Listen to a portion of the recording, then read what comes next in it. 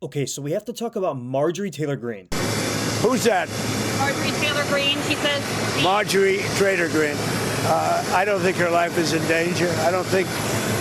Frankly, I don't think anybody cares about her. Now, I was always a big fan of hers. She always came across as somebody who could never be corrupted by the deep state. But unfortunately, recent events have proved me wrong. Now, it's okay to criticize Trump.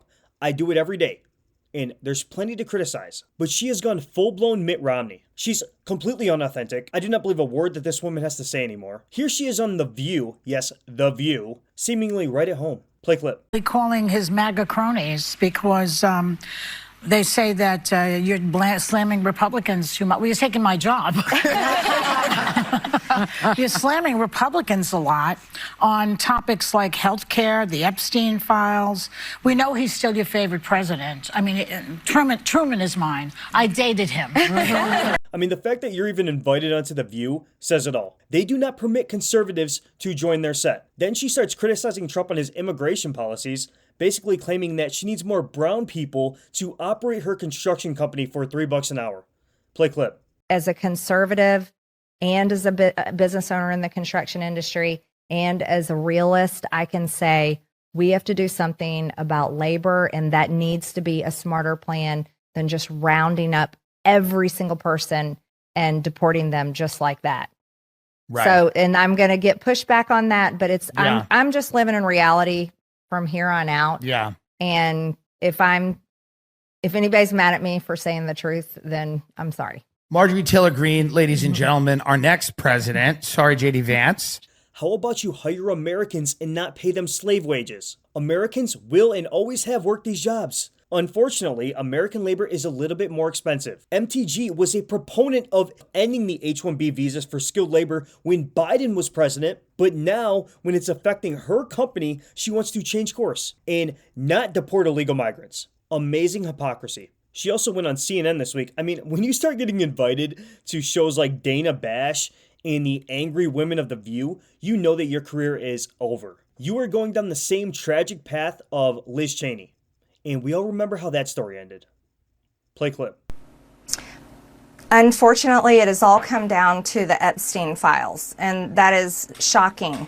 And, you know, I stand with these women. I stand with rape victims. I stand with children who are in terrible sex abuse situations. And I stand with survivors of trafficking and those that are trapped in sex trafficking. And I will not apologize for that. I believe the country deserves transparency in these files. And I don't believe that rich, powerful people should be protected if they have done anything wrong.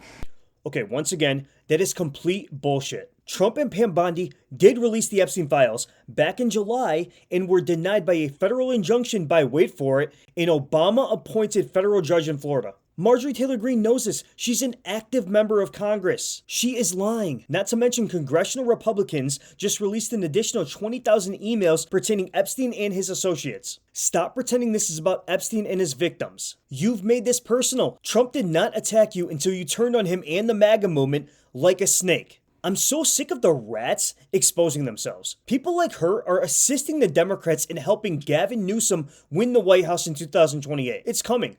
That's the real plan. They want to destroy the MAGA movement from within. We've already seen this with Nick Fuentes and Candace Owens, who spend the entirety of their time attacking Trump and Israel instead of the real enemy within, which is the Democrat Party. And look, I agree with Nick on a number of issues, and Marjorie Taylor Greene, but I'm sure as hell not willing to let the Democrats and the deep state surge back into power and destroy everything that we fought so hard for. Now look, should Trump focus more on the economy instead of trying to solve every conflict on earth? Of course. But you know what I don't want? Is the economy to look like California. You know what I don't want? Is the border to look like it did for 4 years under Biden and Kamala. And unfortunately, people like MTG are ushering in that reality. If you enjoyed that clip, please hit the subscribe button. Thanks.